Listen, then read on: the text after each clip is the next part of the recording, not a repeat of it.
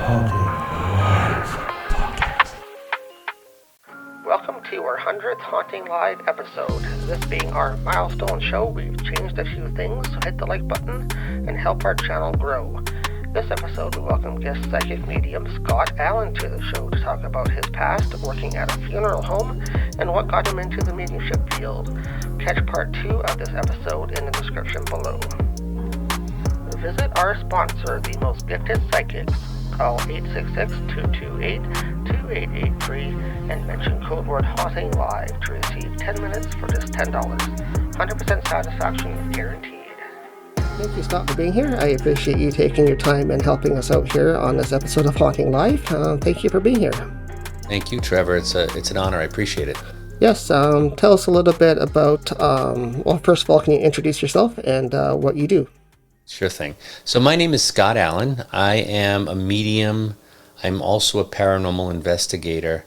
The investigative part of it came first, and for almost 40 years I was a licensed funeral director and embalmer. So it kind of one thing led to another thing, and here we are today. But that's the story that we'll share a little bit, how it all kind of tied in together. Well, that's really cool. I kind of have a fascination with the funeral home kind of stuff. So that's really cool. It draws attention. It does. So basically, though, the first question I have for you is, how did you get into the mediumship field? What drew you into it? Well, as I said, I was a funeral director for many years. The funeral home was haunted, and it was interesting because it was haunted from... there was a house there 100 years, previously, and we built this location from the ground up back in 1998, and we started noticing that there was footsteps and things were happening in the house, and we knew it was haunted, but you couldn't really do anything about it because, we didn't investigate back then, and as a funeral director, you really kind of not what you do. Once I decided that I wanted to get out of the funeral business, I was just totally burnt out. I wanted to pursue the ghost hunting part of it because that really is what sort of piqued my interest. As far as the mediumship, I think there was stuff there all along, but I pushed it aside. It really wasn't anything that I had a grip on. It was just buried, and I wasn't really sure what it was. I never thought I was a medium at all.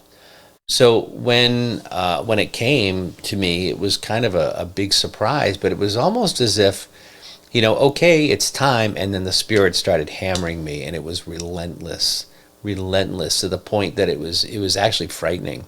So I was home one day, and one of my coworkers was at work, and this guy walks in the front door and asks for me, and she said, "I'm sorry, he doesn't work on Friday nights." And he said, "Okay, can you tell him David stopped by?" And that was the extent of it. She texted me, and I didn't know a David. I still don't know a David. I mean, I'm sure I've known someone, but no one that would come in and ask for me by name. I went on the security cameras and I looked, and sure enough, there he was. And he was very real, as far as I can tell. He came in, he spoke, he walked out, and I never heard from him again. He never called, never came back. It was just it was just kind of a strange thing. It bothered me a little bit that I didn't know who this guy was. And I wasn't thinking paranormal. I was just thinking, who is this guy, and why am I expected to know him, and I don't? So about a week later, I was going on an investigation with my team. I had already joined a paranormal group at that time. And I had built my own portal, the guitar amp with the reverb and the noise gate and that kind of thing. And I wanted to try it out. I was going to take it on the investigation. So I was at home, and, they say don't ever do this stuff at home. But, of course, I turned it on because I had put the final piece on, that little piece of copper wire. I wanted to see if it all kind of went together. And I turned it on, and it was almost immediate. It said, "I want to talk to Scott." And I said, "This is Scott. Who's this?" "This is David." And then from that point on, it was relentless. David would come through every time I turned on a radio or a spirit portal. You could hear the names David coming through every time you'd scan a channel. Women, I had women come through the spirit box saying, "Scott, David's back." I mean, it was relentless.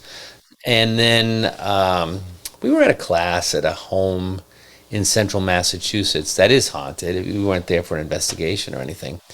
And I started to sense spirit in a way that I never had before. I saw physically it come across the ceiling and disappear over the chandelier. And I could feel it. I could feel it moving around me.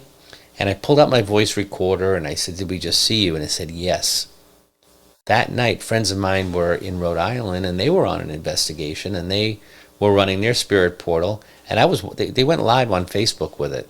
So I was watching and it came through the spirit portal. "Where's Scott?" And they said, "Scott's not here tonight. Who's this?" "This is David."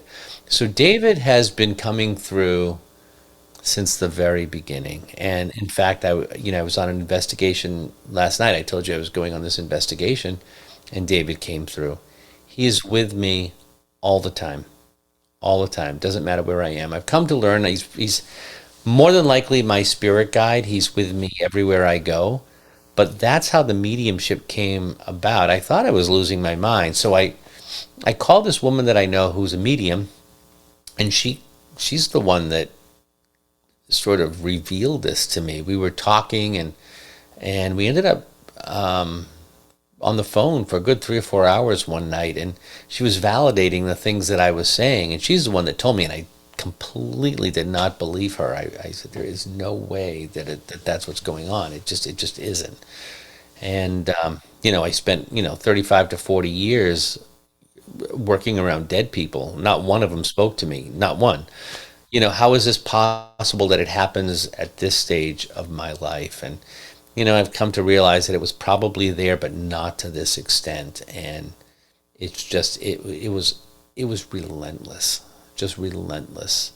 And now that I've learned to control it, it's a lot more manageable. It's not with me all the time.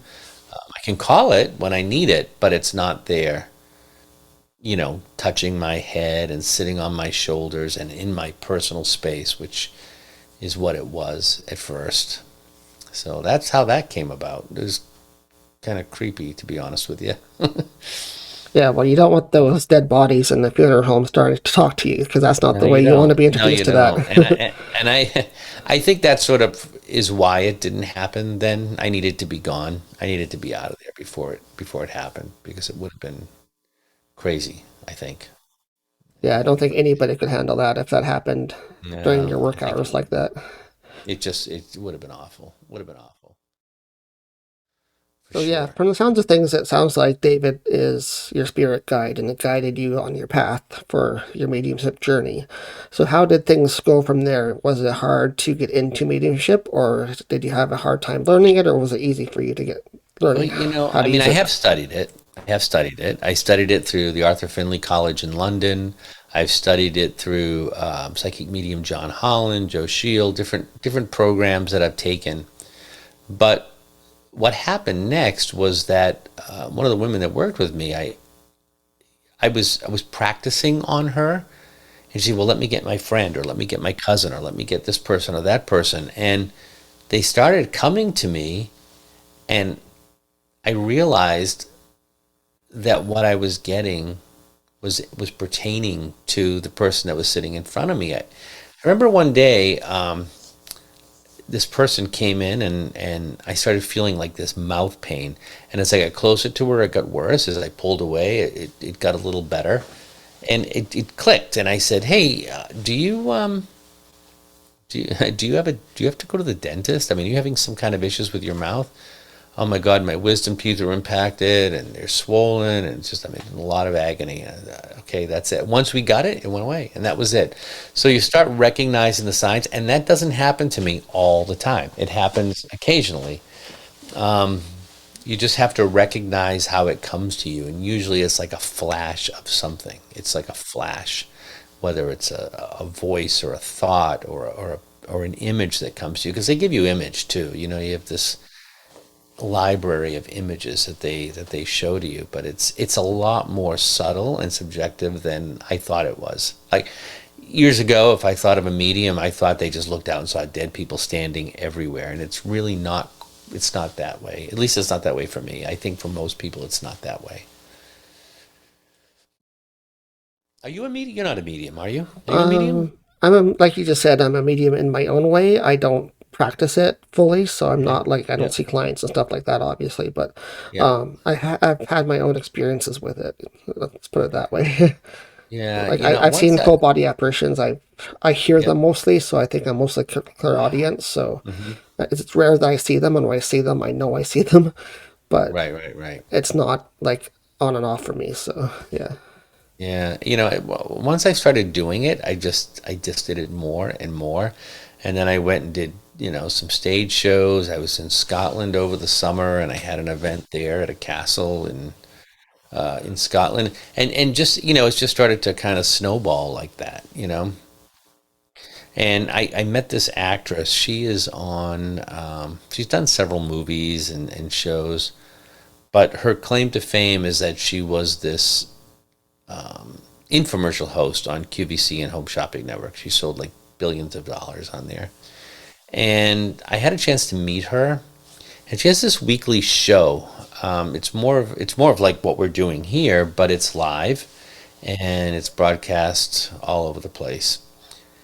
I met her and she wanted me to come on to this group that she has, and then she invited me onto her show, and I was able to read her there.